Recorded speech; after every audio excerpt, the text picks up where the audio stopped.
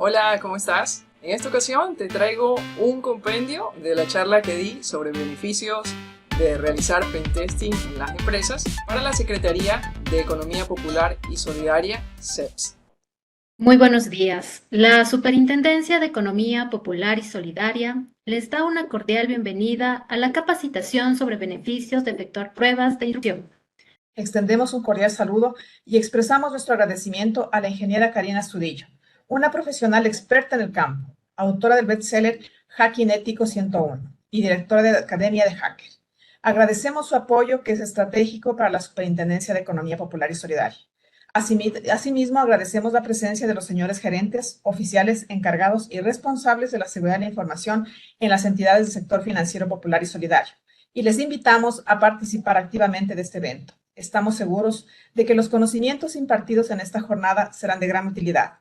Sean todos bienvenidos. Muchas gracias. A continuación, doy paso a la ingeniera Karina Astudillo, quien nos desarrollará la capacitación el día de hoy. Adelante, estimada ingeniera. Bienvenida. Hola, ¿cómo están todos? Muy buenos días. Bueno, muchísimas gracias a ustedes por la invitación. Es un honor estar aquí. Gracias por este espacio. El día de hoy les traemos justamente una charla, como ya les comentó la autora, acerca de beneficios de ejecutar pruebas de intrusión o pentesting. Voy a comentarles un poco acerca del contenido de la agenda. Bueno, primero, más que nada, simplemente para aclarar términos, vamos a hablar un poco acerca de qué es hacking, qué es un hacker, el concepto de hacking ético versus pentesting, vulnerabilidades, ventajas, desventajas, cuáles son las fases que comprende un hacking ético y por supuesto vamos a tener una ronda de preguntas.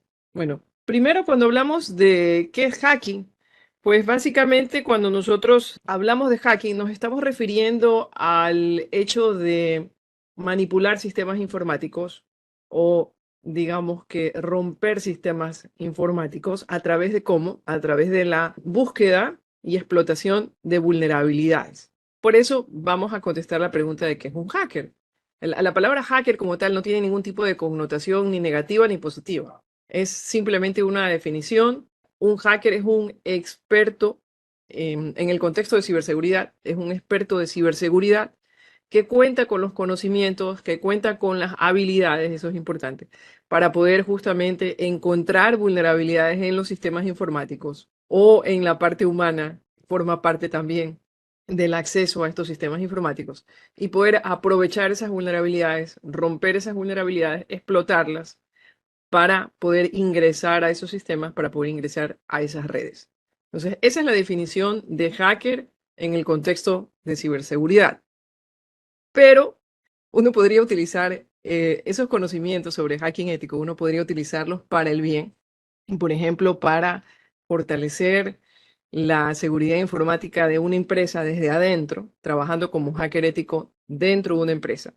O podría utilizar ese conocimiento, por ejemplo, trabajando para una empresa de ciberseguridad que se dedica a efectuar pruebas de intrusión, en cuyo caso, pues, sería un pentester y ayudaría a las empresas, a los clientes de la organización para la que trabajo, justamente a encontrar vulnerabilidades antes que los hackers malos para poder tomar acciones que permitan corregir esas vulnerabilidades.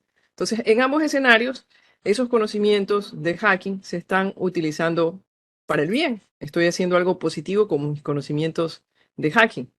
Pero, pues, también hay personas inescrupulosas que pueden utilizar esos conocimientos para el lado oscuro de la fuerza, como digo yo, para realizar actividades maliciosas, extorsivas y, por ejemplo, desarrollar malware, desarrollar ransomware, ingresar de forma no necesariamente positiva a las empresas, de destruir información o robar información para luego realizar algún tipo de extorsión. Entonces están las dos caras de la moneda. Cuando alguien utiliza esos conocimientos de forma negativa, entonces decimos que estamos ante un cracker, ¿sí? Entonces el término cracker fue creado justamente por la comunidad de hackers para referirse a aquellos que usan sus conocimientos con fines poco éticos para romper sistemas, pero sin autorización. Ahora, ¿qué ventajas constituye el hacking ético? Hay algunos clientes que se muestran un poco escépticos cuando uno les presenta la propuesta de realizar un servicio de pen testing, pruebas de intrusión, enfocado por supuesto, en hacking ético. Y aquí hay una diferencia que hay que hacer. Y es que hacking ético es un término mucho más grande. Para ser pentester, yo debo ser un hacker ético, pero las pruebas de intrusión no es lo único que se puede hacer dentro de la esfera del hacking ético. Entonces, dentro del hacking ético, yo tengo un concepto más amplio. Puedo tener a alguien dentro de la empresa que esté siempre probando, encontrando vulnerabilidades para tratar de ayudarme. En cambio, el término pentester se refiere a alguien externo. Pero independientemente de si estoy haciendo hacking ético en mi empresa para detectar vulnerabilidades y poder corregirlas a tiempo, ya sea a través de personas internas dentro de mi Blue Team que conocen sobre hacking ético y que hacen estas pruebas y que emiten informes para poder corregir estas vulnerabilidades, como si contrato una empresa externa que se dedica a hacer pruebas de intrusión. Pues esto va a conllevar ventajas. ¿Cuáles son las ventajas? Primero, que yo voy a estar al tanto, voy a poder conocer cuáles son esas vulnerabilidades y los voy a poder conocer de manera comprobada, porque uno de los problemas que existen o que se daban antes de que las empresas empezaran ya a efectuar pruebas de hacking ético, pruebas de intrusión sobre su infraestructura, era que uno tenía que creerle mucho al Blue Team, al personal de TI, de que dentro de la empresa estábamos protegidos, ¿sí? Entonces teníamos que creerle al departamento de TI de que en efecto las medidas que ellos estaban tomando eran efectivas para proteger la información de la empresa. Pero nadie ponía eso a prueba, ¿sí? Es decir, nadie comprobaba que en efecto esas medidas, ese software que compraron, ese hardware que compraron, esas configuraciones que hicieron, en efecto funcionaban o funcionan y van a mantener fuera a los hackers malos. Entonces, la única forma de comprobar si en realidad esto es real, si las medidas que estoy tomando son efectivas, si en efecto ese firewall de próxima generación que compré sirve para contener ataques externos, si ese antivirus, ese endpoint protection que instalé en mis servidores y en mis estaciones de trabajo sirve para detectar ataques y prevenir ataques de ransomware, por ejemplo, es poniéndolo a prueba, ¿sí? Es la forma de poder saber si en efecto está funcionando, porque hemos tenido muchos clientes que tienen firewall de próxima generación en el borde, que tienen endpoint protection, que tienen sistemas de prevención de intrusiones, etcétera, que han sido hackeados, ¿sí? A los cuales han ingresado a la red de ellos, les han extraído información, les han metido ransomware, les han secuestrado información. Y para muestra bastan muchos casos que se han dado a conocimiento público. Ustedes seguramente recordarán el caso, por ejemplo, de la CNT, que ocurrió hace unos años atrás, hace un par de años atrás, si no me equivoco. El caso, por ejemplo, de CNT, no sé si hay alguien de CNT aquí, pero CNT invierte mucho dinero en su infraestructura tecnológica, tienen equipos de protección, tienen software de protección, pero sin embargo, errores humanos, o sea, personal interno, que sin saberlo o a propósito, en ocasiones puede ser inofensivo, o sea, simplemente por desconocimiento, les llega un correo electrónico falso que dice ser de un proveedor, le dan clic en un enlace que los lleva a una página suplantada. Esa página no está catalogada como de baja reputación y por lo tanto el firewall permite la navegación a ese sitio. El antivirus no lo detecta como una amenaza porque la página como tal no tiene un malware asociado. Y entonces el individuo ingresa las credenciales pensando que está entrando al sitio correcto. Y resulta que luego esas credenciales son robadas y son utilizadas, por ejemplo, para suplantar la identidad de su usuario. Y resulta que ese usuario utiliza, por ejemplo, la misma clave que utilizaba para entrar al sitio X que suplantaron. Resulta que es la misma clave que utiliza para la VPN o resulta que es la misma clave que utiliza para acceder a los servidores de la red interna. Entonces logré robarle las credenciales de un sitio externo, por ejemplo, pero por el hecho de que utiliza el mismo nombre de usuario, utiliza la misma clave, entonces ya tengo acceso y no tuve que hackear al firewall, no tuve que hackear al sistema de protección de puntos finales, sino que solamente hackeamos a la parte humana. y ya logramos tener credenciales de acceso a la VPN, por ejemplo. No digo que sea el caso de la CNT, pero es un ejemplo de lo que pudo haber pasado por error humano. Es decir, no siempre los hackeos se dan porque no contemos con la infraestructura de protección, el hardware de protección, el software de protección, sino porque en ocasiones el software, por mucho que use inteligencia artificial, no siempre es capaz de prever el 100% de los casos. Siempre va a haber un porcentaje en el cual mediante engaños, y de esto hablo mucho en una charla que di sobre Ransomware 2.0, que si ustedes gustan la pueden ver en mi canal de YouTube, me pueden buscar como un Castudillo, pero estas infraestructuras cibercriminales que realizan este tipo de ataques se toman su tiempo para investigar a su víctima. Hacen toda una investigación que puede tomar meses, inclusive años. Hay casos conocidos como por ejemplo de infiltraciones a entes gubernamentales de Estados Unidos como la NASA, en los cuales los cibercriminales investigaron por 2 años la infraestructura antes de poder ingresar y penetrar esas defensas. Entonces, tener software, hardware de ciberseguridad que me ayuda a prevenir este tipo de amenazas o de intrusiones es muy bueno, me va a ayudar. De hecho, tener herramientas, por ejemplo, de ciberhigiene que me permitan ver esto de manera constante, permanente, es decir, todos los días se descubren vulnerabilidades nuevas. Si yo hago un hacking ético una vez al año, hasta que entregué el informe ya aparecieron nuevas vulnerabilidades. Entre que remediaron y hacemos el retest, ya hay vulnerabilidades nuevas, porque vulnerabilidades nuevas se descubren todos los días. Pero definitivamente el hacer o ejecutar un hacking ético me va a dar otra perspectiva que no la voy a tener si solamente me baso en la parte defensiva. Voy a tener una perspectiva desde el punto de vista ofensivo de alguien que piensa de manera distinta a quienes defienden, de alguien que piensa fuera de la caja, que se pone a analizar por dónde puedo entrar. Y la ventaja de alguien que hace hacking ético es que solamente tiene que encontrar un punto vulnerable para poder entrar, mientras que quien defiende tiene que proteger absolutamente todos los puntos. Entonces, hacer hacking ético, efectuar pruebas de intrusión en la empresa, me va a permitir tener esa perspectiva adicional, esa perspectiva de mentalidad de seguridad ofensiva, que me va a dejar probar si las defensas que yo he implementado son eficaces y me va a aconsejar qué puedo hacer para poder remediar o para poder mejorar esa postura de seguridad al interior de mi empresa. Entonces, hacer hacking ético va a brindar ciertos beneficios. Ahora, como toda la vida, no todo es color de rosa. Hacer hacking ético también puede tener desventajas, pero las desventajas vienen dadas por una mala elección del proveedor, ¿sí? Desde mi punto de vista. ¿Por qué?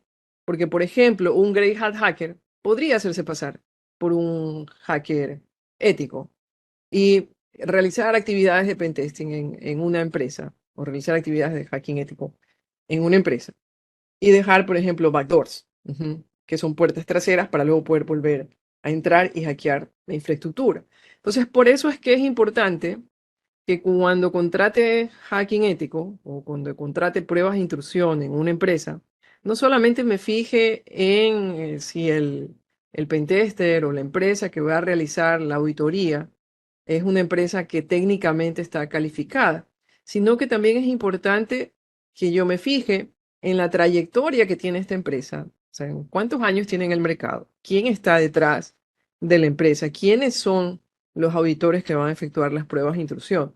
Es importante firmar contratos antes de ejecutar las pruebas de intrusión, no solamente poner una orden de compra, sino firmar un contrato que incluya cláusulas o que tenga un anexo, un acuerdo de confidencialidad que me permita justamente garantizar que esa empresa que está efectuando las pruebas de intrusión, que está a quien estoy contratando para efectuar hacking ético, es una empresa seria y que cuente con consultores serios. También es importante conocer cuáles son las prácticas que sigue esa empresa con sus consultores de forma interna. Es decir, no basta con que yo firme el acuerdo de confidencialidad con la empresa. También es importante que la empresa, a su vez, con sus empleados, con sus colaboradores, tenga cláusulas de confidencialidad y que esos consultores pues tengan una larga trayectoria con la empresa, que sean personas que hayan trabajado al menos unos 2, 3 años dentro de la empresa para poder saber que efectivamente su comportamiento es ético. Entonces, esa parte es importante, el factor humano de quien está detrás de ejecutar un hacking ético, un pentesting, es también sumamente importante. Ahora, ¿cuáles son las fases que sigue un hacking ético o no ético? Bueno, esto es tomado de la tercera edición de mi libro Hacking Ético 101. El círculo que está del lado izquierdo, el que está en color naranja, es el llamado círculo del hacking, que son las fases que sigue un cracker, es decir, un hacker malicioso. Entonces, un hacker malicioso, ¿qué va a hacer? Va a hacer reconocimiento. El reconocimiento le va a permitir identificar cuáles son esos activos informáticos que tiene la empresa, cuáles son los dominios que tiene la empresa, quiénes son las personas. Si estamos incluyendo la parte, por ejemplo, humana, temas de ingeniería social, pues entonces también es importante saber a qué se dedica la empresa, quiénes son sus clientes, quiénes son sus proveedores, quiénes son sus altos ejecutivos, cuáles son los correos electrónicos de estas personas. Es decir, se hace una fase inicial que se denomina OSINT, como parte del reconocimiento, que significa Open Source Intelligence, que es realizar inteligencia acerca de toda la información que yo tengo disponible en el dominio público. Y aquí hay una recomendación importante y por eso todo el tiempo quienes nos dedicamos a temas de ciberseguridad le estamos diciendo a nuestros clientes, no publiques tanta información personal en redes sociales, inclusive a tus amigos, porque tú no sabes si tus amigos, no por mala intención, simplemente por compartir información o por volverse populares entre su grupo de amigos, publican o comparten información que yo previamente he publicado. Y en el grupo de amigos de esa persona, yo no sé si está tomando las mismas precauciones que yo de solamente agregar conocidos. A la final es alguien que acepta invitaciones de alguien y lo acepta como amigo sin fijarse si esa persona es o no en realidad quien dice ser. Entonces, por lo tanto, la recomendación es, pues, mantener en redes sociales un perfil bastante bajo y no estar publicando tanta información personal en redes sociales, porque eso puede conllevar a que un hacker malicioso que esté utilizando estas técnicas de open source intelligence averigüe información sobre mí que le va a servir para poder luego ejecutar algún tipo de ataque dirigido, como por ejemplo spear phishing, que es un tipo de phishing dirigido, en el cual es más fácil que la víctima caiga en esos correos electrónicos falsos, porque se toman el tiempo de investigar a la persona y saber quiénes son sus conexiones, cuáles son sus intereses, y entonces redactan un correo suplantando a una entidad que para esa persona u otra persona, suplantando a otra persona que para esa persona que es el objetivo es conocida y es confiable. Entonces, ejemplo, en una investigación que hicimos para un cliente que nos pidió hacer Open Source Intelligence, nosotros encontramos que en efecto los ejecutivos de ellos mantenían perfiles bajos en redes sociales bastante populares como Facebook, Instagram, pero en cambio, por ejemplo, eran bastante activos en la red LinkedIn. ¿Sí? En la red LinkedIn. Y uno dice, bueno, pero la red LinkedIn es de trabajo, ¿no? En la red LinkedIn, ¿qué pueden encontrar? Pues resultaba ser que estos ejecutivos en la red de LinkedIn tenían asociado el correo electrónico corporativo, no el correo electrónico personal, sino el correo electrónico corporativo de la empresa. Y hay herramientas que se denominan herramientas de harvesting, es decir, de recolección, de cosecha, que permiten a través de una cuenta de LinkedIn y accediendo a un API, ir a los perfiles de los usuarios y extraer datos como por ejemplo la dirección de correo. Entonces, con el perfil del ejecutivo de LinkedIn, yo ya podía tener la dirección de correo electrónica corporativa de ese usuario de la empresa XYZ. Y yéndome a la página web de esta empresa, resultaba ser que, por ejemplo, ellos tenían una página que se llamaba Cerca de Nosotros, en donde tenían información con fotos, con nombres, con cargos de sus principales pues, gerentes, jefaturas, etcétera, de esta entidad. Entonces, con eso ya podíamos asociar el cargo de la persona con el buscarlo en LinkedIn, obtener la dirección de correo corporativo de la empresa y luego, indagando en las otras redes sociales, armar un perfil de los usuarios para poder hacer un phishing dirigido.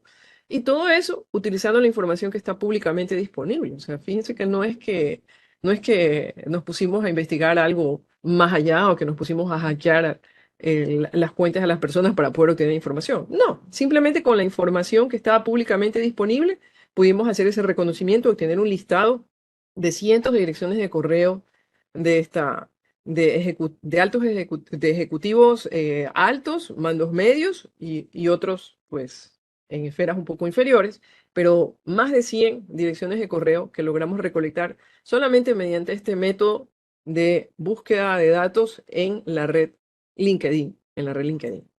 Y claro, luego de eso ya se pueden hacer ataques de phishing dirigido y obtener que muchos de esos usuarios den clic al enlace, vayan a una página falsa y luego recolectar credenciales.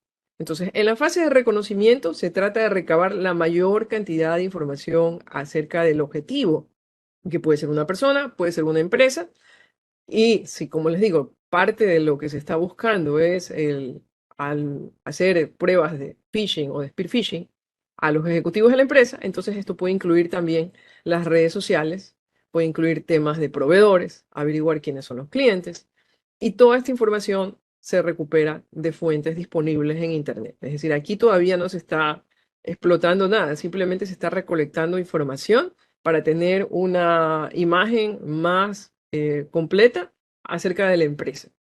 Y descubrir, por ejemplo, cuáles son los dominios DNS, qué sé yo, empresa xyz.fin.es o empresa xyz.gov.es, empresa xyz.com. Necesito obtener todos esos dominios. Y luego de que ya tengo los dominios, entonces ahora sí empiezo a investigar, bueno, en estos dominios, ¿qué hosts existen? ¿Qué equipos hay? ¿Qué páginas web están publicadas? ¿Qué servicios hay ahí? Entonces eso ya corresponde a la siguiente fase, que es el escaneo. Entonces en la fase de escaneo se trata justamente de recuperar más información acerca de estos objetivos que previamente descubrí en la fase de reconocimiento. Luego, una vez que ya hemos identificado esos activos que están expuestos, que tienen puertos abiertos, que tienen asociadas aplicaciones y que resulta que algunas de esas aplicaciones o servicios son vulnerables, son explotables, entonces vamos a pasar a la fase de obtener acceso, en la cual vamos justamente a tratar de explotar esas vulnerabilidades y obtener acceso a la red.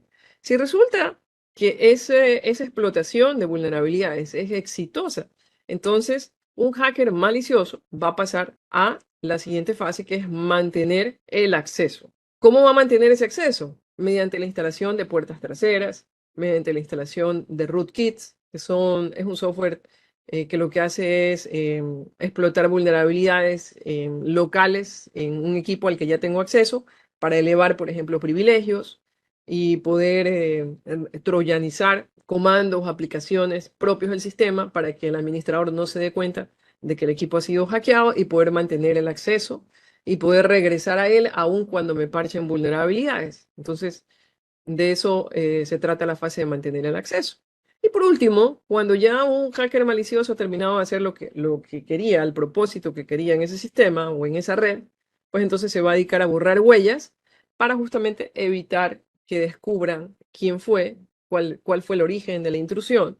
Y esto puede consistir desde algo tan simple como, por ejemplo, borrar los registros de eventos, borrar los logs, a temas mucho más graves, como que, por ejemplo, que me monten, por ejemplo, un ransomware para cifrarme la información, pedir un rescate, y que luego de eso me borren la información, de modo que solamente ellos tienen la información. Me cifraron los datos, me cifraron el respaldo, me borraron la base de datos, me volaron la base de datos, me dejaron sin nada, y ellos tienen la información afuera, y luego me mandan un mail de extorsión pidiéndome recuperar tantos bitcoins para recuperar mis datos, ¿sí? Entonces, esto es lo que hace un cracker. Ahora, si ustedes comparan esto con el círculo que está a la derecha en color verde, que son las fases de un hacking ético, se van a dar cuenta, van a notar que las primeras tres fases son idénticas, ¿sí? Es decir, un hacker ético o un pentester, si es un experto externo el que está efectuando las pruebas de intrusión, va a hacer reconocimiento, va a hacer escaneo y va a obtener acceso, ¿sí? Porque de eso se trata. O sea, yo encuentro vulnerabilidades y voy a intentar explotarlas para ver si esas vulnerabilidades son reales. Porque en ocasiones las herramientas que se ejecutan o que se usan para detectar vulnerabilidades, como cualquier herramienta de software, puede cometer errores y me puede mostrar falsos positivos. Es decir, me puede decir que una aplicación tiene una vulnerabilidad que se puede explotar, pero al rato de la hora resulta que cuando ya la voy a explotar, intento, sigo los pasos, uso el exploit, etc., resulta que no la puedo explotar. ¿Por qué? Porque hay condiciones diferentes en el ambiente del cliente, la red del cliente, que impide que se logre explotar esa vulnerabilidad. Entonces, esa vulnerabilidad que aparecía, por ejemplo, como crítica, entonces resulta que ahora disminuye su riesgo y ya no es crítica, sino que es solamente, que de nivel alto, es solamente de nivel medio, o inclusive desaparece porque es un falso positivo. Pero ¿cómo puedo saber eso si no la exploto? Entonces, en un hacking yo trato de explotar para probar que la vulnerabilidad es real y poder, en base a eso, dar recomendaciones de remediación al cliente sobre cómo subsanar, cómo parchar, cómo eliminar o cómo mitigar esa vulnerabilidad si es que no se puede eliminar por completo, ¿sí? Entonces necesito explotarla. Por lo tanto, la fase de obtener acceso también se va a dar en un hacking ético. ¿Cuál va a ser la diferencia? La diferencia es que después de explotar la vulnerabilidad y de documentar esto en su informe, el pentester no va a mantener el acceso. El pentester va a liberar ese acceso, no va a montar rootkits, no va a montar un backdoor, sino que simplemente se va a centrar en, bueno, ok, la logré explotar, esto es lo que se puede hacer con esta vulnerabilidad, esta es la consecuencia de hacerlo, cómo la arreglo? Entonces voy a escribir esto en un informe. Y luego este informe se va a presentar a manera de resumen ejecutivo a la alta gerencia. Se va a entregar, por supuesto, con todos los anexos técnicos al cliente para que el personal de TI, el Blue Team, pueda subsanar esas vulnerabilidades que han sido encontradas durante el hacking ético. Entonces, esas son las fases y la diferencia va a estar en estas dos. Ahora, sin embargo, existen otro tipo de pruebas en las cuales podría ser que un pentester también intente mantener acceso y que incluso borre huellas. ¿Cuándo se puede dar esto? Cuando, por ejemplo, estamos haciendo ejercicios de Red Team. ¿Sí? Cuando estamos haciendo ejercicios de Red Team. Porque el propósito de los ejercicios de Red Team es un poco diferente. Aquí en los ejercicios de Red Team, no solamente que estamos tratando de evaluar la infraestructura informática de la empresa, sino que estamos tratando también de evaluar la respuesta a incidentes del Blue Team, es decir, del equipo que defiende, del, del departamento de TI, y estamos tratando de evaluar al SOC, es decir, al Security Operations Center, que está monitoreando de forma permanente las actividades de los distintos dispositivos que están dentro de la red de la empresa con el fin de detectar si hay una posible intrusión, si hay una posible amenaza, si hay un malware, si alguien está tratando de escanearnos, etc. Entonces, en los ejercicios de Red Team, usualmente el equipo de TI no sabe que lo están evaluando y el SOC no sabe que lo están evaluando. Entonces se efectúan pruebas de intrusión, pero recargadas como si fuéramos un hacker malicioso y se utilizan todo tipo de técnicas para ver si logramos infiltrarnos en la red de la empresa sin que el Blue Team se dé cuenta o sin que el SOC se entere y por supuesto enseguida lo reportamos. Entonces los únicos que saben que se está efectuando esto son las altas gerencias, que pueden ser el gerente general, el gerente del departamento de TI, puede ser el líder del SOC, pero los técnicos que están a cargo de efectuar esa labor de defensa, esa labor de detección, de monitoreo o de respuesta a incidentes, no saben que no es un atacante real, un malicioso el que está haciendo esto, sino que es un equipo de expertos en ciberseguridad, el equipo rojo, el Red Team, el que está haciendo estas pruebas. Entonces, en esos casos, como estamos emulando las acciones de un hacker malicioso, puede que si logramos ingresar, dejemos por ejemplo, un backdoor para demostrar que pudimos hacerlo, ¿sabes? Y que pudimos entrar. Y luego ponemos eso en el ejemplo. Y por supuesto, eso va a conllevar a que luego tengamos que ya aconsejar al Blue Team, aconsejar al SOC y explicarles cómo fue que logramos entrar. Y decirles, oye, mira, lo que pasa es que hicimos esto y tú no te diste cuenta porque utilizamos este canal encubierto, nos metimos en un canal de DNS cifrado y ustedes pensaron que eran consultas de nombres y no se dieron cuenta de que era un canal encubierto que lo estábamos utilizando, por ejemplo, para efectuar algún tipo de ataque o para extraer información. Entonces, se colabora, ya luego del ejercicio, se colabora con el Blue Team para hacerle ver cuáles fueron los huecos de seguridad que permitieron al equipo rojo poder entrar y poder efectuar esas acciones.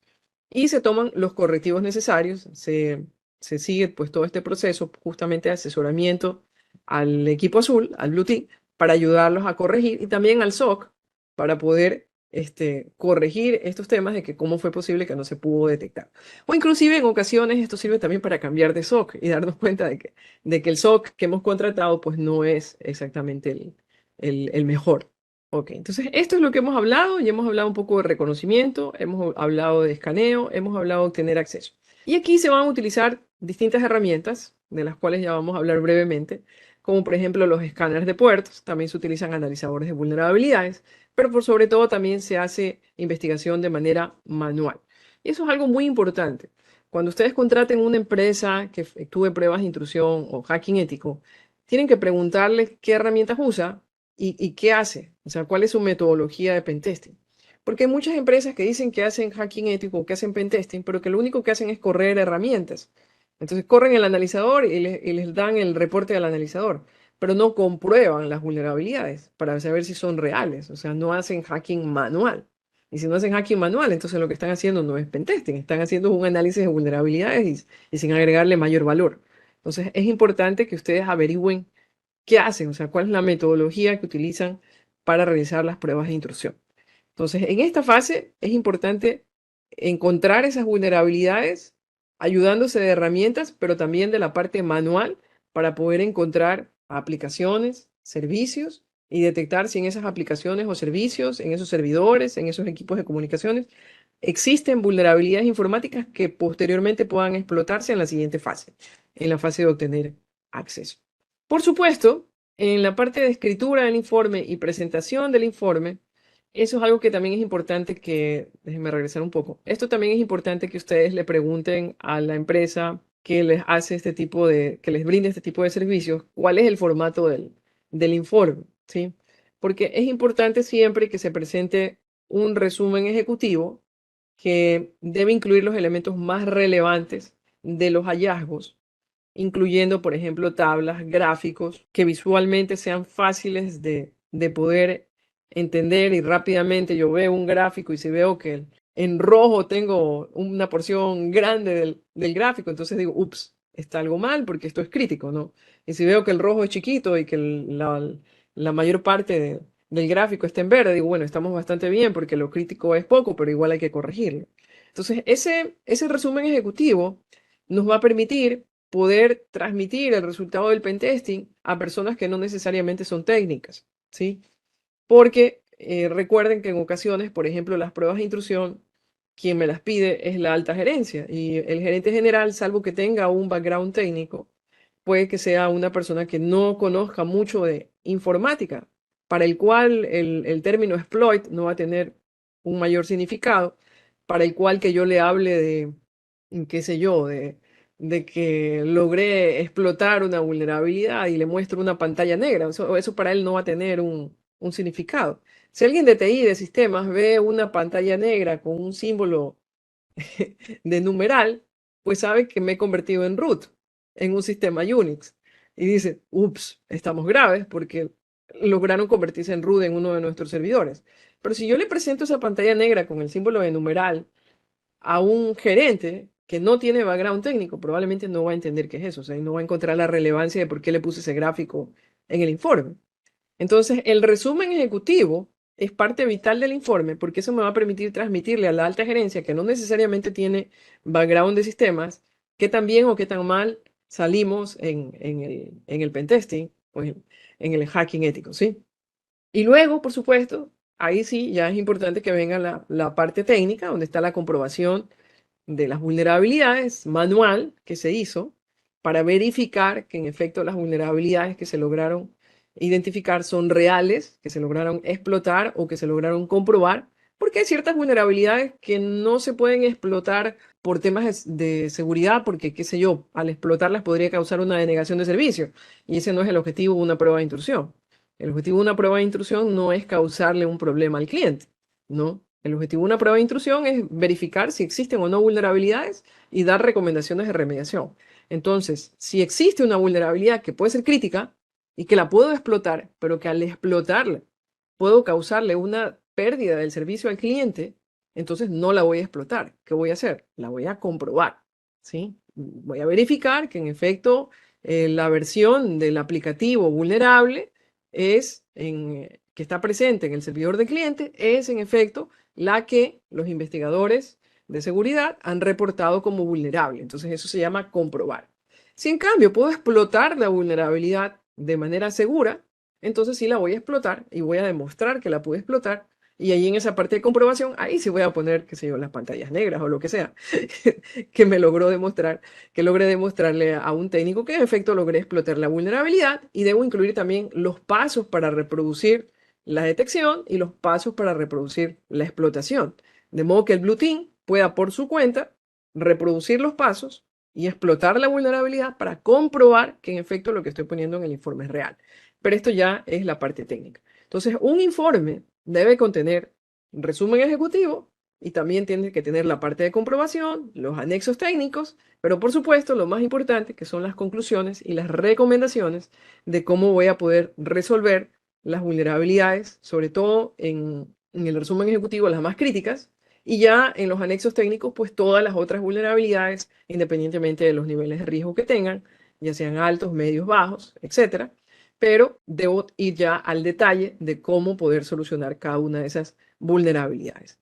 Y la presentación del informe también es importante, porque en la presentación del informe, pues el cliente que ya ha leído previamente el informe que le he enviado, me va a poder trasladar las consultas que tenga, o me va a poder pedir que le aclare algo, o inclusive me va a pedir que, ¿sabes qué? Agrégale esto al informe para que esté más claro para la gerencia, porque la gerencia me hizo esta pregunta y no entendió y bla, bla, bla. Y entonces se puede crear una segunda versión del informe que esté a gusto de lo que me ha pedido el cliente. Entonces, esas son las fases que normalmente sigue un hacking ético.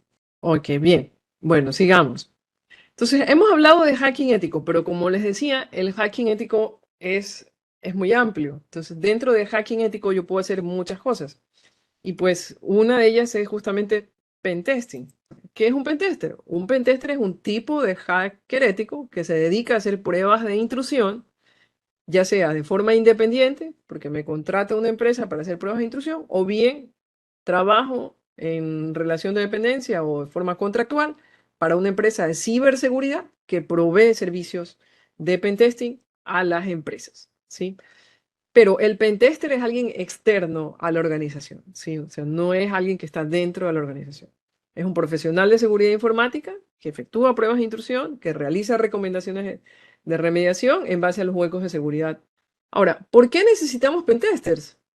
Bueno, yo creo que para ustedes no es noticia que los ciberataques han aumentado no solamente a nivel país, sino a nivel global. Nosotros empezamos a ver ya más ataques a empresas locales. Por ese motivo, necesitamos más y más pentesters, no solo acá, sino a nivel global, porque los ciberataques han aumentado. Aparte de esto, pues como bien lo comentó Cristian previamente, pues en el caso de ustedes de forma particular, que son entidades que están adscritas a la CEPS, y dentro del reglamento les piden efectuar un pentesting, al menos un pentesting de forma anual, pues entonces deben hacerlo por temas de cumplimiento. Pero no hay que pensar en el pentesting como algo que yo tengo que cumplir, ¿verdad? Es un informe que tengo que presentar. No, porque entonces no estoy agregando valor a lo que estoy haciendo. Y el propósito de un pentesting no es solamente que ustedes tengan un papel que puedan mostrar y decir que pasaron la prueba y que están cumpliendo con lo que les está pidiendo la entidad de control, sino que debe ser algo que les agregue valor, es decir, que a ustedes les permita proteger de mejor manera el activo intangible más valioso de toda organización, como es su información. Ok, entonces, ahora sí. Bueno, las pruebas de intrusión les permiten todo esto, ¿no? Les permiten evaluar las vulnerabilidades, analizar las categorías de amenazas, los riesgos y proveer recomendaciones para poder corregir esas vulnerabilidades encontradas. Es decir, no solamente voy a llegar a decirle, oye, sí, bueno, tienes vulnerabilidades críticas y las logré explotar. Qué bien. No, pues tengo que también decirte cómo corregirlas. Entonces, por ejemplo, por supuesto, no significa que el informe va a llegar al detalle de darles el código de cómo corregir la vulnerabilidad. Pero, por ejemplo, vamos a suponer que yo encontré una vulnerabilidad de ejecución de código remoto en el Apache Web Server de la página web principal, para la cual existe un código, un exploit que si yo lo ejecuto, me permite obtener acceso remoto en el servidor con privilegios de administrador y ya puedo hacer cualquier cosa en ese equipo. Y esto se da porque la versión del Apache es la versión ABC. Ujú. Entonces, ¿cuál es la solución? La recomendación que yo le voy a dar al cliente. Le voy a decir, esto se soluciona subiendo la versión de Apache ABC por la versión ABCD, ¿sí? Eso es un ejemplo. Otro ejemplo, resulta que la vulnerabilidad no estaba en el servicio web, sino en la aplicación web. Resulta que mi programador cometió un error en la codificación de la aplicación web, introdujo un formulario que no estaba correctamente validado y a través de inyectar un código dentro del formulario, logré entrar a la base de datos y extraerme datos de la base. Entonces, eso es una vulnerabilidad de SQL Injection. Entonces, en ese caso, ¿cuál va a ser la recomendación? La recomendación va a ser reprogramar la aplicación web aplicando técnicas de codificación segura, sanitizando los formularios, las variables, no solamente el formulario, sino también las variables dentro de mi aplicación web para evitar que se puedan dar ataques de SQL Injection. ¿Sí? Entonces, esa es la recomendación que yo tengo que darle al cliente. Y por lo tanto, eso debe expresarse dentro del informe. Entonces, aquí vamos a hablar de la pregunta que me hacían. ¿Cuáles son los distintos tipos de pentesting que puedo hacer? Bueno, para empezar, aparte de esto, yo puedo hacer un pentesting de forma externa, es decir, desde Internet hacia los activos informáticos de la organización que están publicados hacia Internet, como por ejemplo la página web, qué sé yo, en mi caso ustedes, tal vez la banca virtual, ¿qué más? El router, el enrutador de borde, el firewall de borde, por ejemplo. Y todos esos servidores son alcanzables en Internet, entonces son externos. Entonces, en ese caso, si estoy evaluando los equipos que están publicados hacia Internet, decimos que el pen testing o el hacking ético es externo. Si en cambio tomo el rol de un colaborador interno, qué sé yo, que está descontento porque no le subieron el sueldo, o qué sé yo, lo compró la competencia para hacernos algún tipo de daño interno. O bien a la final no es mala gente, sino que simplemente es ingenuo y le dio clic a un correo falso y le metieron un software malicioso en su computadora y él no está ni por enterado de que tiene ese software malicioso, pero desde su computadora ya alguien tiene control y puede tener acceso a mi red interna. Entonces, en ese caso, si tomo ese rol de alguien que ya está dentro de la red de la empresa, decimos que el pentesting es interno, ¿sí? El pentesting es interno. Y dependiendo de si el pentesting es externo o interno, puedo tener diversos escenarios o modalidades en las cuales puedo ejecutar el pentesting. Entonces, por ejemplo, cuando un pentesting es de caja negra es cuando no me dan mayor información, ¿sí? Y normalmente se aplica solamente a pentesting externo, ¿sí? Y en ese caso, lo único que me van a decir es, la empresa cliente es XYZ, qué sé yo, Acme Corp. Acme Corp quiere efectuar pruebas de intrusión y listo, firmamos el contrato, me cobran el valor X, dentro de tantos días tengo el informe y yo no le digo nada más que soy Acme Corp. Y entonces tomo el rol de un hacker externo que no tiene ningún conocimiento sobre la empresa y tiene que averiguar todo desde cero. Entonces, por lo tanto, en este tipo de hacking, en este tipo de pentesting, el pentester o los pentesters, si son varios los que están haciendo estas pruebas de intrusión, pues se van a tomar un mayor tiempo en la fase de reconocimiento porque van a tener que hacer open source intelligence y van a tener que averiguar la mayor cantidad de información posible sobre esta empresa que nos está contratando para poder descubrir información como, por ejemplo, bueno, qué hace la empresa, quiénes son sus clientes, quiénes son sus proveedores, quiénes son sus altos ejecutivos, cuál es el dominio DNS de la empresa o los dominios DNS de la empresa, cuáles son los equipos que están publicados hacia Internet, cuáles son los nombres de esos equipos, cuáles son las rutas, cuáles son las direcciones IP, etcétera, etcétera. Entonces, este pentesting de caja negra toma un poco más de tiempo porque hay que hacer esta fase previa más exhaustiva en el reconocimiento y por supuesto esto va a implicar que va a tener un costo mayor. Entonces el hacking de caja negra tiene un mayor costo normalmente que otros tipos de hacking. Ahora, si en cambio el cliente dice, no, ¿sabes qué? no quiero que te tomes ese tiempo extra en la fase de reconocimiento, porque nosotros ya hemos hecho hacking de caja negra antes, ya sabemos que pueden encontrar información públicamente disponible. No nos interesa que hagan eso. Quiero que se enfoquen en estos equipos que son los que están publicados hacia Internet. Este es el listado de las IPs, estos son los hosts, estas son las web apps, estas son las URLs de las web apps que quiero que auditen. Entonces me dan el listado de hosts, me dan las IPs, me dan las URLs de las web apps. Entonces, en ese caso es un hacking de caja gris, ¿sí? Porque me han dado esta información y me han dicho que me concentre en ello. Ya no tengo que hacer Open Source Intelligence, ¿sí? Pero no me dan credenciales. O sea, sigo sin tener ningún tipo de credencial. O sea, no me dan un rol específico. No es que si, por ejemplo, el cliente tiene por ejemplo, una banca virtual, no es que me crean un usuario ficticio dentro del servidor de banca virtual donde soy el cliente XYZ con la clave ABC y que tiene, no sé, $100 ficticios en la cuenta de ahorros, ¿sí? No me han dado nada de eso, o sea, no tengo ningún tipo de credenciales. Entonces es hacking de caja gris. Si en cambio me dan algún rol como el que les estoy comentando, donde me dicen, a ver, estos son los equipos públicos o internos, porque también pueden ser internos. Estas son las direcciones IP, estas son las URLs, y quiero que tomes el rol de un usuario de la banca virtual que tiene $100 en la cuenta de ahorro, este es el usuario, esta es la clave, aquí tienes tu tarjeta de coordenadas, eh, tienes $100 en la cuenta, mira qué puedes hacer en el sistema de banca virtual. Entonces, ese es un escenario de caja blanca, ¿sí?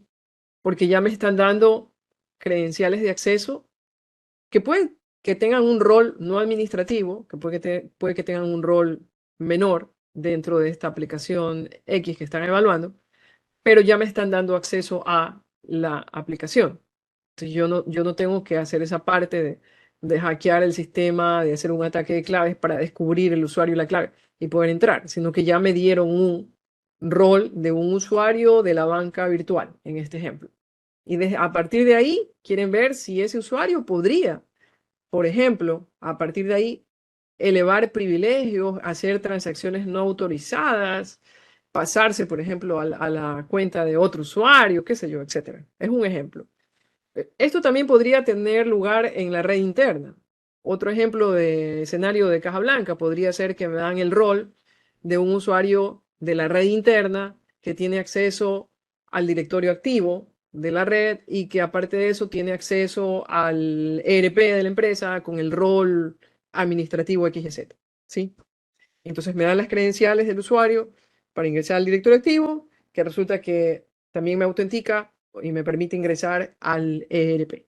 Y a partir de ahí, con ese rol que me han dado, entonces yo tengo que ver qué más puedo hacer. O sea, a ver si es que ese usuario podría saltarse los controles de la aplicación y, por ejemplo, meterme al módulo de contabilidad y desde ahí hacer una transferencia de un pago de un proveedor, ejemplo. ¿Sí? Entonces, esos son escenarios de caja blanca. Y caja gris, igual, también puede aplicarse a la parte externa o a la parte interna, siempre y cuando me den el listado de los hosts, el listado de las web apps que voy a probar.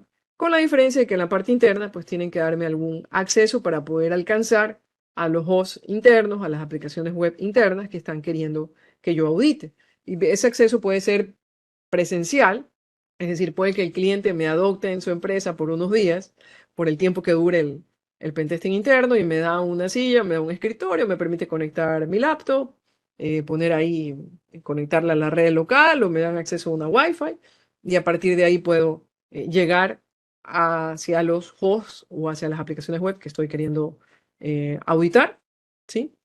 O a la final no es presencial, sino que me dicen, no, ¿sabes qué? Yo le voy a dar un usuario de la VPN temporal en el cual le voy a dar permiso para que solamente llegue a estos hosts que estoy queriendo auditar.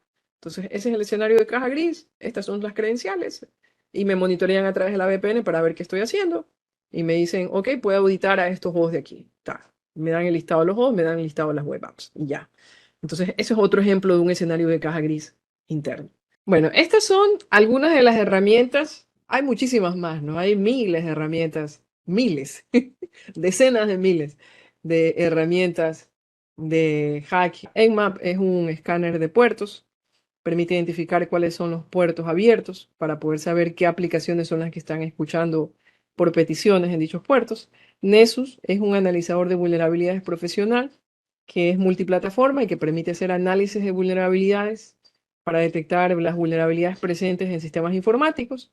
Y es una de las herramientas que menos falsos positivos trae, porque hay muchos analizadores de vulnerabilidades, pero la mayoría de ellos trae muchos falsos positivos. En cambio, Nessus es uno de los mejores. También tenemos herramientas de explotación, frameworks de explotación. Hay muchos frameworks de hacking o de pentesting, pero definitivamente uno de los más famosos es el Metasploit. Y Metasploit tiene varias versiones. Tiene una versión framework que es gratuita, que es open source. Tiene una versión profesional que es pagada, que se llama Metasploit Professional. Y otras herramientas, frameworks de pentesting también bastante reconocidos, como por ejemplo está pues Immunity Canvas, está Core Impact, que lo hace la empresa Core Security, Cobalt Strike, que recientemente fue adquirido también por Core Security, y otros frameworks más open source, como por ejemplo el framework Katana, etc.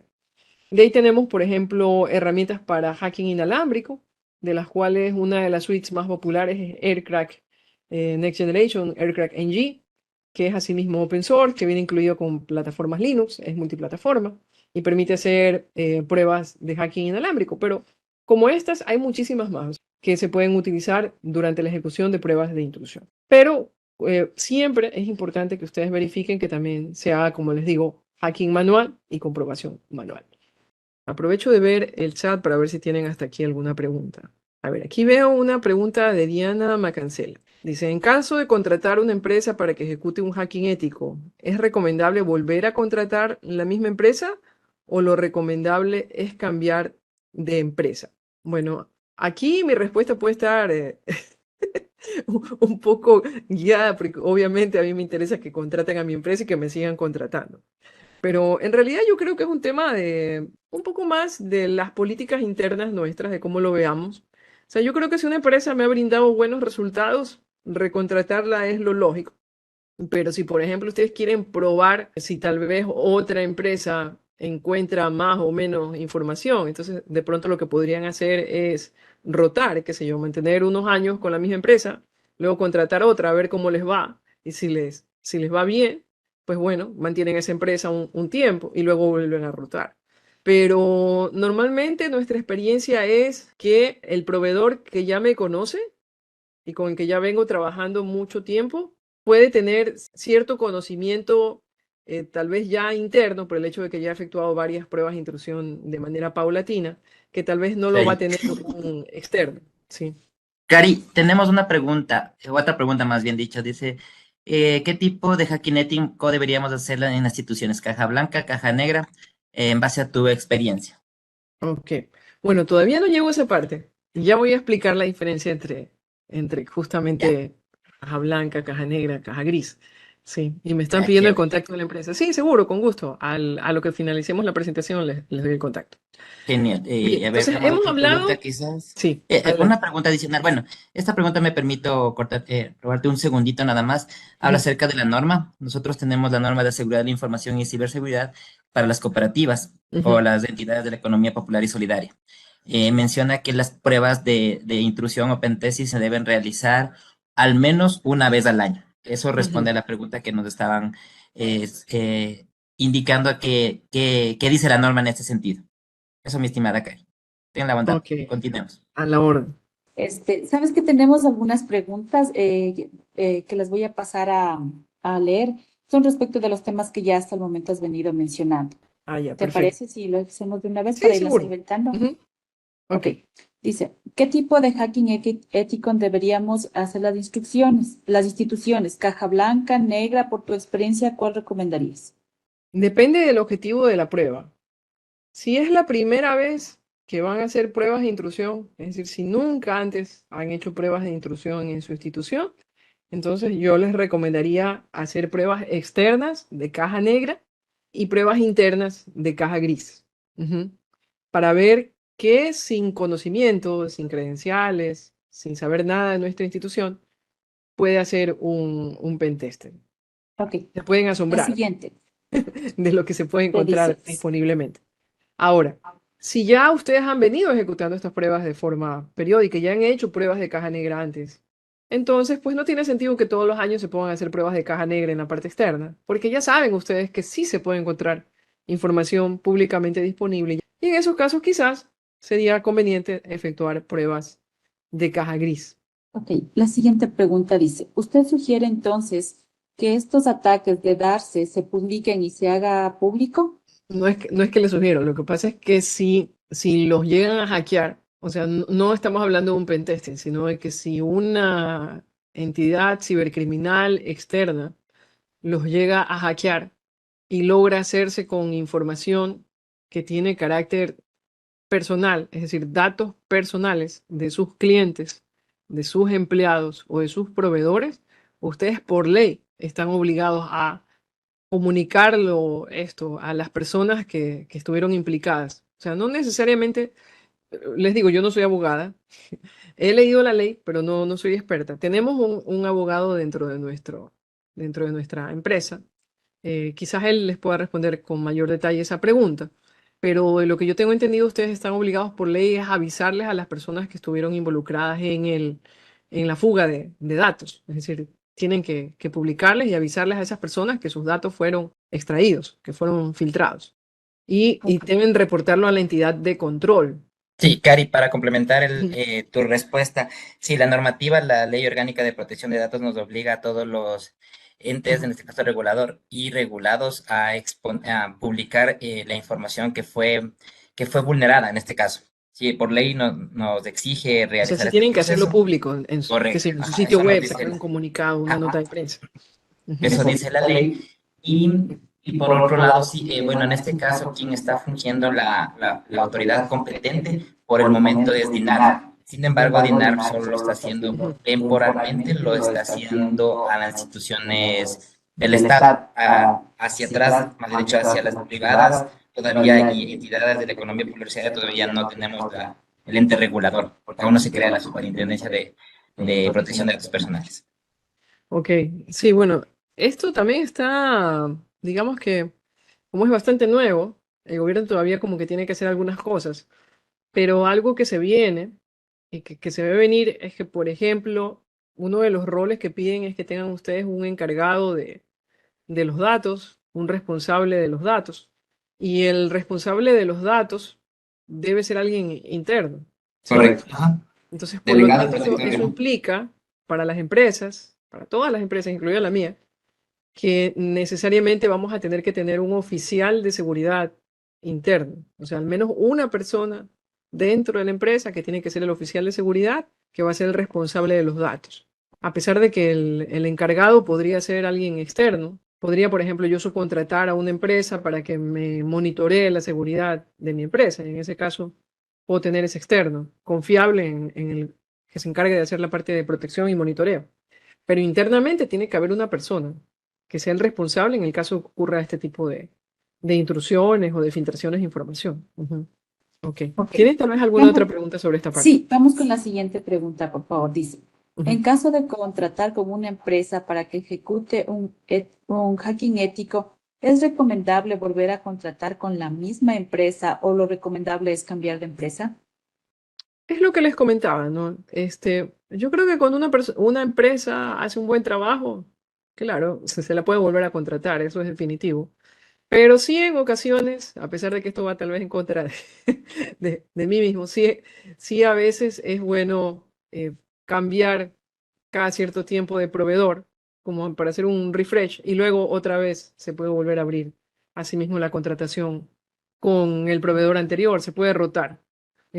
Por ejemplo, nosotros tenemos un cliente con el cual tenemos un contrato de pentesting as a service anual con ejecución mensual, es decir, nosotros todos los meses efectuamos pruebas de intrusión, entregamos informes y ayudamos al Blue Team en lo que tiene que ver con remediación. Y, por ejemplo, con ellos tuvimos contrato por 3 años. Luego, al cuarto año, nos dijeron que lo iban a hacer con otra empresa porque por políticas de ellos, cada 3 años tenían que cambiar de proveedor. Y estuvieron así mismo, estuvieron 3 años con otra empresa. Y luego después del siguiente periodo, nos volvieron a contratar a nosotros. Y, por ejemplo, ahorita estamos haciéndoles pentesting as a service a ellos. Pero ya depende de la empresa, o sea, depende de la empresa. Tenemos en cambio otros clientes que son clientes nuestros de pentesting desde hace como 10 años atrás. Y nosotros somos el proveedor de pentesting y les hacemos pentesting todos los años. A ellos siempre somos el único proveedor de pentesting. Así que depende un poco de la política de la empresa. Ok, vamos con la siguiente pregunta. Dice, ¿el costo de un hacking ético de qué depende? Bueno, primero depende del tipo de pentesting. ¿Por qué? Porque cuando es externo, se ejecuta a través de Internet. Entonces, no importa en qué parte del mundo esté el pentester, él va a poder acceder a los activos informáticos para poder auditarlos. Entonces, eso nos permite a nosotros, por ejemplo, nosotros tenemos personal en Guayaquil, tenemos personal en Cuenca, pero, por ejemplo, viene un cliente de Quito, o viene un cliente de Manabí, o viene un cliente del Oriente, o inclusive tenemos clientes también fuera del país, tenemos clientes en Costa Rica, tenemos clientes en Canadá, tenemos clientes en Perú, en Colombia. Eso nos permite efectuar pentesting externo sin necesidad de trasladarnos físicamente a las instalaciones del cliente, porque es a través de Internet. Entonces, el pentesting externo, pues no involucra costos de traslado de avión, no involucra costos de lo de los pasajes, pues no involucra costos de tener que hospedar a un técnico por el tiempo que se va a efectuar un pentesting. En cambio, en el interno, dependiendo de dónde esté la empresa, si la empresa quiere que el pentester se desplace físicamente a las instalaciones de la empresa, entonces aparte del típico costo que va a tener, dependiendo de la cantidad de hosts y de web apps que se van a auditar, pues va a tener costos de hospedaje, costos de traslado, de movilización, costos de viáticos, etcétera, de los técnicos que se van a desplazar físicamente hacia este sitio. Ahora, esto ha cambiado mucho a partir de la pandemia, porque, como les digo, era impensable para nosotros y para los clientes antes efectuar un pentesting interno sin que el técnico se desplazara físicamente a las instalaciones del cliente. Y esto era una limitante, porque si nos tocaba un cliente del exterior, se le subía bastante el costo por este tema de pasajes, viáticos, etc. Pero resulta que en la pandemia todos estábamos encerrados. Y sin embargo, teníamos que seguir haciendo pentesting interno. Entonces, ¿qué hicimos? Les propusimos a los clientes la idea de que nos dieran acceso a la red interna a través de VPN, ¿sí? A través de la VPN, de manera segura, con credenciales de autenticación y habilitando internamente en la VPN el acceso solamente hacia los segmentos de redes que se iban a auditar y que nos monitoreen todo el tiempo. O sea, que guarden en el registro de log todas las actividades que se realizaban a través de la VPN. Y lo hicimos con éxito. Y a partir de ahí, pues se rompió esa barrera de que había que trasladarse físicamente. Y por ejemplo, ahora tenemos clientes, y los clientes en Costa Rica, por ejemplo, en Perú, que antes teníamos que volar, estar allá 1 o 2 semanas, ahora resulta que podemos hacer la auditoría desde acá, desde Guayaquil, desde Cuenca, sin tener que trasladarnos físicamente hasta las instalaciones del cliente. E inclusive tenemos clientes locales aquí en el país que están en otras provincias, están en otras ciudades, a los cuales les hacemos pentesting interno a través de VPN. Y eso hace que los costos se bajen, porque ya no tengo que trasladarle al cliente esos costos de viáticos, de traslado, etc. Entonces, en realidad, si el cliente permite hacer pentesting interno a través de VPN, el costo del externo, del interno va a ser lo mismo y va a depender solamente es de la cantidad de hosts y la cantidad de web apps que se van a auditar y, por supuesto, de la modalidad, porque si es caja negra, por el tiempo que toma, pues va a ser un poquito más costoso. Y si hay escenarios de caja blanca involucrados, por el tiempo que toma realizar esos escenarios de caja blanca, pues va a ser un poquito más costoso. Paso a la siguiente pregunta. En este caso, las pruebas de hacking ético se realizan con la información de los clientes o se deben crear las cuentas. Esto con respecto a la Ley de Protección de Datos Personales. Perdón, ¿me podrías repetir? Es que están haciendo un poquito de... Dice, ¿las pruebas de hacking ético se realizan con información de los clientes o se deben crear cuentas? Si se refieren a los escenarios de caja blanca, se crean cuentas temporales. ¿Sí? Es decir, nos crean una cuenta simulando un rol. Y esos son los datos que nos dan y luego de que termina el pentesting, el cliente elimina esas cuentas temporales. De igual manera, si nosotros durante el pentesting logramos explotar una vulnerabilidad que nos permite tener acceso a un servidor o a alguna aplicación o base de datos en donde se guardan datos personales de los clientes, pues nosotros no extraemos ningún tipo de información. Lo único que vamos a hacer es demostrar que logramos ingresar o que logramos explotar la vulnerabilidad, pero nosotros no extraemos datos de clientes. Ujú. De hecho, no extraemos ningún tipo de información interna. Ujú. Ok, paso a la siguiente pregunta. La detección de vulnerabilidades del hacking ético debe ser acompañada por auditoría para el cumplimiento y mitigación de las mismas. ¿Cuál es la recomendación para corregir en el menor tiempo? Bueno, depende del tipo de vulnerabilidad que se encuentre. Porque, por ejemplo, la recomendación es siempre tratar de solucionar primero, lo antes posible, las vulnerabilidades a nivel crítico. Porque las vulnerabilidades a nivel crítico son las más graves y normalmente son las más fáciles de explotar. Y por el hecho de ser las más graves, significa que la implicación de que alguien las explote va a tener una mayor consecuencia, un mayor impacto en nuestra organización, no solamente a nivel de exposición, sino también a nivel económico. Entonces, la recomendación es siempre tratar de solucionar primero las vulnerabilidades a nivel crítico.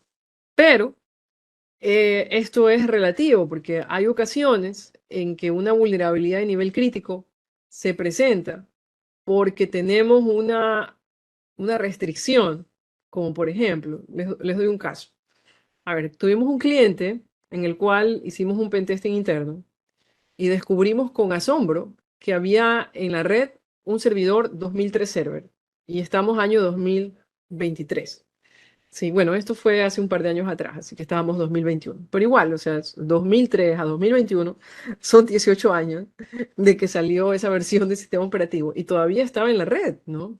Y obviamente ese servidor era súper vulnerable, o sea, había múltiples exploits publicados, públicos, disponibles en Internet que permitían explotar las vulnerabilidades de ese servidor. Nos bastó utilizar una, por ejemplo, la de Bluekeep.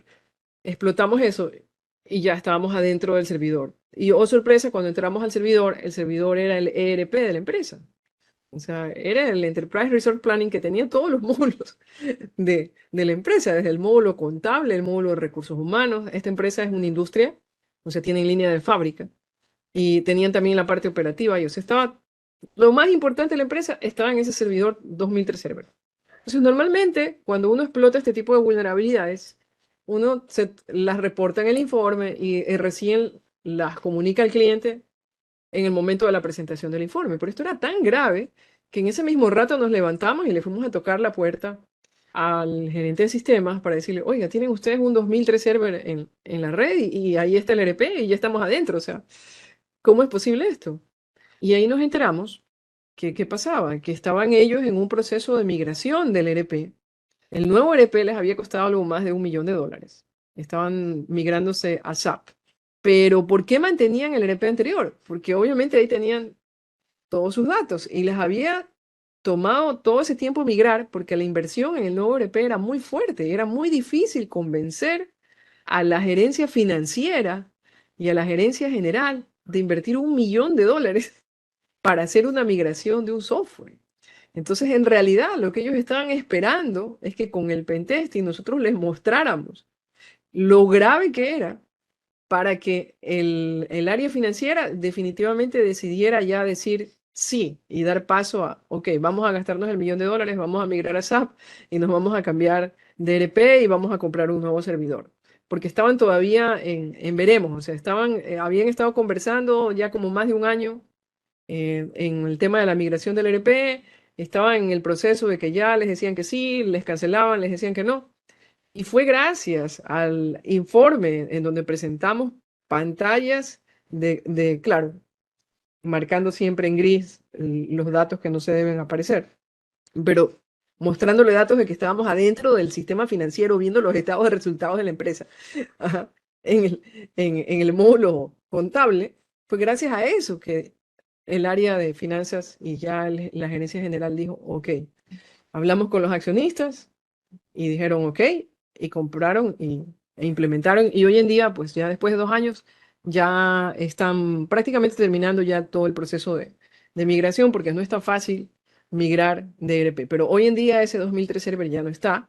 Ya el ERP anterior, que no se podía actualizar porque era una empresa que había desaparecido del mercado, ya no está.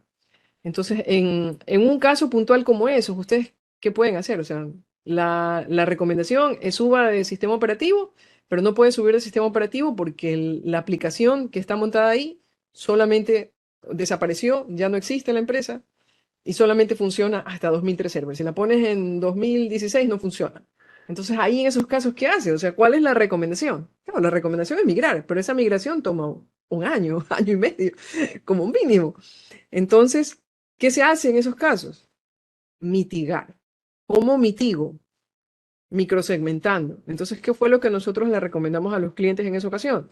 Ok, bueno, este servidor no lo vamos a tener en la red de servidores internos como está el resto.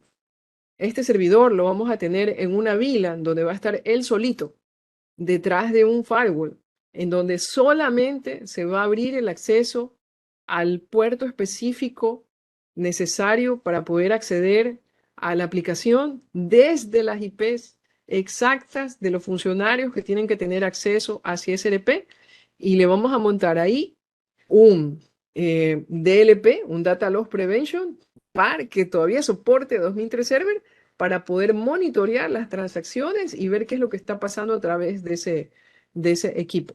Entonces eso fue lo que se hizo, se lo aisló y se lo mantuvo aislado por 2 años hasta que este año recién creo que ya a inicios lo desconectaron, ¿sí? Porque todavía tenían cierta información histórica, que si bien ya estaban usando el nuevo ERP, cuando migraron decidieron que esa información histórica de muchos años atrás no la iban a migrar. Entonces decidieron mantenerla en el anterior y todavía tenían que hacer ciertas consultas hasta que finalmente ya este año, en los primeros meses, ya le dieron de baja y ya lo desconectaron. Perdón. Sí, Karina, tenemos unas preguntas más. Adelante. Ya que estamos hablando de filtración de datos, cuando una cooperativa utiliza los servicios de un proveedor externo a quienes se les envía la información para que la procesen, ¿cómo podemos tener la certeza de que ellos están haciendo, que no estén haciendo mal uso de los datos que se les envía por un web service o tal vez están alimentando alguna base de datos en el exterior? ¿Cómo controlar esta situación?